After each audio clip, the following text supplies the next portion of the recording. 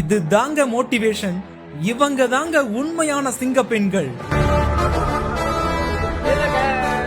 தமிழர்களின் பழமையான வீர விளையாட்டான இளவட்டக்கல் தூக்கும் போட்டியில் திருநெல்வேலி வள்ளியூர் அருகே வடலிவிளை கிராம பெண்கள் தேசிய அளவில் சாதனை படைத்து வருகின்றனர்.